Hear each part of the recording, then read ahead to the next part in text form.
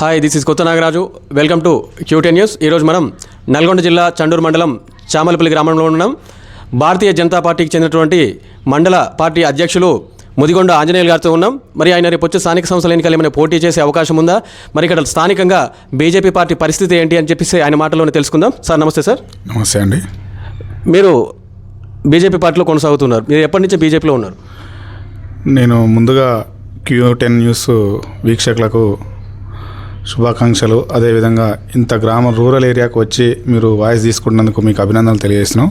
ముందుగా వీక్షకులందరికీ నమస్కారాలు తెలియజేస్తూ, నేను గత 2011 నుంచి కూడా ABVP విద్యార్థి పరిషత్లో పనిచేయడం ద్వారా నాకు ఆ జాతీయ భావజాలం అనేది నచ్చి బీజేపీలోకి వచ్చి బీజేపీలో కొనసాగడం జరుగుతుంది. 2017లో నేను బీజేపీ సాధారణ సభ్యత్వం తీసుకొని అంతకుముందుకు సంఘం వివిధ క్షేత్రాల్లో పనిచేయడం జరిగింది. ప్రస్తుతం నేను బీజేపీ భారతీయ జనతా పార్టీ చండూరు మండల పార్టీ అధ్యక్షునిగా కొనసాగుతున్నాను. ఓకే, మీ ఆధ్వర్యంలో మండల లెవెల్లో బీజేపీ పార్టీ ఏ లెవెల్లో ఉంది, ఏ స్థాయికి తీసుకొచ్చారు? గతంలో కొంత పార్టీ వీక్ ఉన్నమాట వాస్తవం.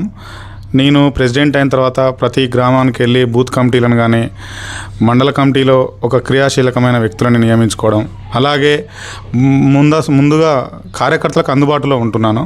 ప్రతిరోజు మండల కేంద్రంలో నేను అందుబాటులో ఉంటూ ఎవరికైనా కార్యకర్తకి ఏదైనా సమస్య వచ్చినట్టయితే తక్షణం ఆ కార్యకర్త దగ్గరికి వెళ్ళి నా సమస్య పరిష్కరించేంత వరకు వారితో పాటు ఉంటున్నాను.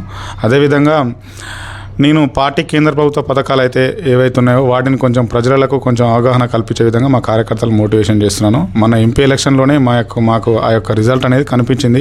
గతంలో ఉన్న ఓట్లకు ప్రస్తుతం వచ్చిన ఓట్లకు చాలా డిఫరెంట్ ఉంది. ఎటువంటి మద్యం కానీ డబ్బులు కానీ ఇవ్వకుండా మాకు చాలా పెద్ద ఎత్తున గ్రామాలలో ఓట్లు వేయడం జరిగింది ప్రజలు. కొంత మోడీ గారి గాలి ఉండవచ్చు, కానీ మా కార్యకర్తల కృషి, మేము పడ్డ కష్టం కూడా దానికి తోడయి మాకు కొంచెం ఓట్ బ్యాంక్ పెరిగిందని నేను అనుకుంటున్నాను.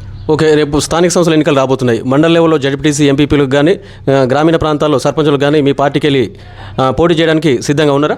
తప్పనిసరిగా అండి. జడ్పీటీసీ కానీ ఎంపీటీసీలు కానీ సర్పంచ్లు కానీ వార్డు మెంబర్తో సహా ఏది కూడా వదిలిపెట్టాం.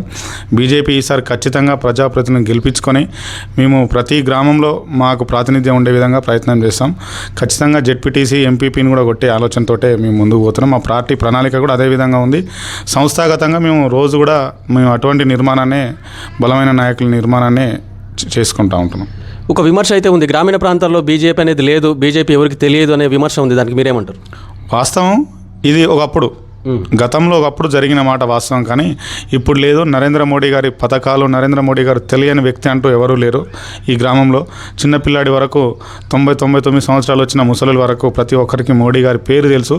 అది చాలు గ్రామీణ ప్రజలు మమ్మల్ని దగ్గర తీయడానికి, మాకు ఓట్లు వేయడానికి. మొన్న రీసెంట్గా జరిగిన స్థానిక ఎంపీ ఎలక్షన్లోనే మాకు ప్రతి గ్రామం నుంచి ఎటువంటి అసలు బూత్లో కనీసం ఒకరిద్దరు కార్యకర్తలు ఉన్న చోట కూడా మాకు 300-400 ఓట్లు వచ్చినాయి.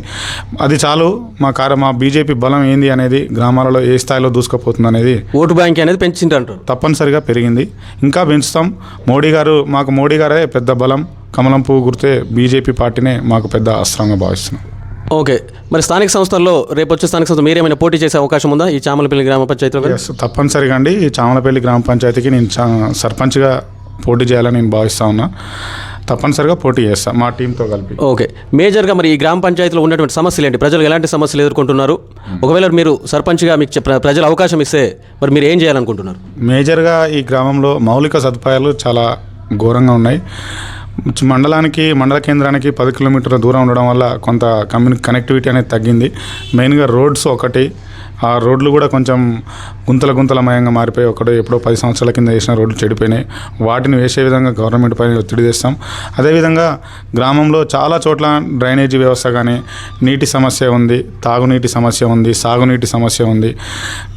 డ్రైనేజీతో పాటు సీసీ రోడ్లు కూడా, కొన్ని కాలనీలో సీసీ రోడ్లు లేకపోవడం, మరియు రోడ్లలో గ్రామాల్లో కనెక్టివిటీ రోడ్స్ కూడా సరిగ్గా లేవు. వాటిని కూడా చేయించి నేను ప్రయత్నం చేస్తాను.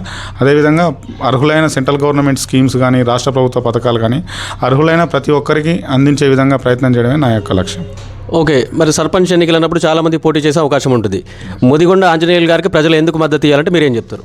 తప్పనిసరిగా నాకే ఓటు వేయాలనే ఆలోచన ప్రజలు చేసినట్టయితే, నేను ఒక చదువుకున్న వ్యక్తిని, నేను ఒక గ్రాడ్యుయేట్ని, ఒక యువకుని, నాకు ప్రజలకు సేవ చేయాలనే ఉత్సాహం నాలో ఉంది.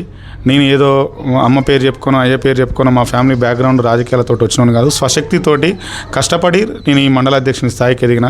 అది గ్రామ ప్రజలకు కూడా తెలుసు. నేను ఏ స్థాయిలో కష్టపడతానేది ప్రజలకు కూడా ఇంకా పెద్ద ఎత్తున నాకంటే నేను చెప్పడం కంటే వారే బాగా చెప్తారు. నేను రాబోయే ఎన్నికల్లో ప్రజలకు ప్రతి ఒక్కరికి ప్రభుత్వ పథకాలను సద్వినియోగపరిచే విధంగా ప్రయత్నం చేయడమే నా యొక్క లక్ష్యం. ఆ ఉద్దేశంతో ప్రజల్ని ఓట్లు వేయాలని నేను కోరుకుంటా ఉన్నాను.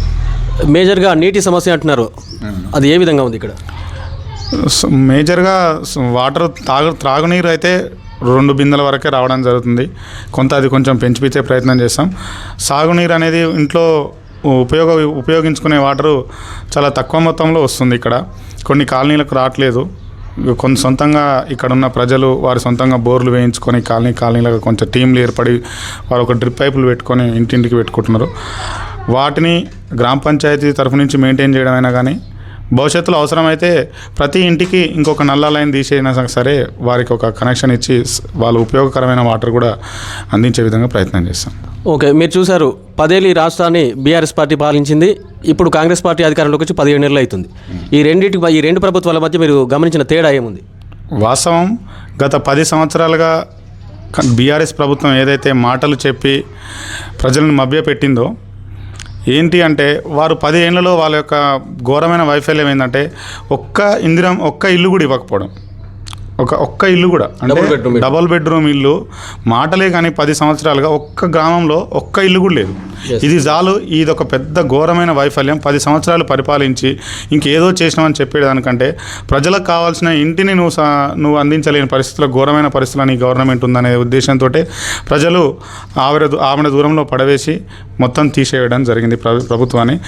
సరే, ప్రజలు ఏమనుకున్నారంటే పోనీ కాంగ్రెస్ పార్టీనైనా చేస్తుందేమో, ఈ 6 గ్యారెంటీలను ఇస్తుందేమో, వీళ్ళేదో హామీలు ఇస్తున్నారు వీళ్ళైనా చేస్తారేమో అన్న ఉద్దేశంతో ఈ కాంగ్రెస్ పార్టీని నమ్మితే పేనమి నుంచి పొయ్యిలో పడ్డట్టుగా మారిన తప్పిస్తే పరిస్థితుల్లో ఏమాత్రం మెరుగులేదు. 6 గ్యారెంటీలు అమలు అనేది అటకెక్కించి రోజొక మాట కల్లబొల్లి మాటలు చెప్పడం జరుగుతుంది.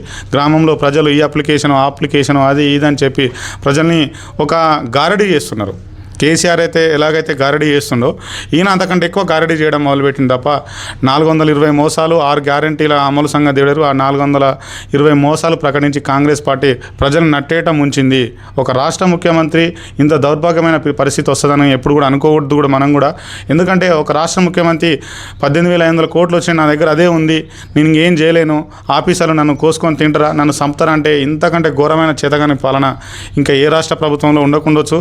భవిష్యత్తులో ఇట్లాంటి పరిస్థితి రావద్దని కూడా నేను కోరుకుంటా ఉన్నా ప్రజల్ని. అయితే బీఆర్ఎస్ కాంగ్రెస్ పార్టీలు విఫలమై అంటారు. మరి రేపు వచ్చే ఎన్నికల్లో బీజేపీకి అవకాశం ఉందా రాష్ట్రంలో?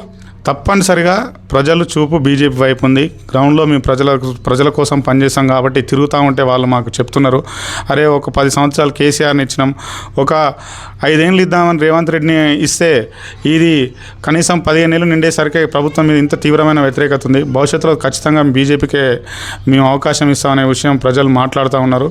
దాని తగ్గట్టుగానే ప్రజల ఆలోచన వైపుగానే బీజేపీ కూడా అడుగులు వేస్తూ ఉన్నదని తెలియజేస్తున్నాం. ఓకే, మొత్తం మీద ఈ గ్రామ సర్పంచ్గా మిమ్మల్ని చూడొచ్చా? తప్పనిసరిగా చూస్తారు. మళ్ళీ టైం వరకల్లా మీరు మళ్ళొకసారి ఇంటర్వ్యూ తీసుకుందాం. సర్పంచ్గానే నేను ఉంటానని నేను ఆశాభావం వ్యక్తం చేస్తున్నాను. ఓకే, ధన్యవాదాలు sir. Thank you very much.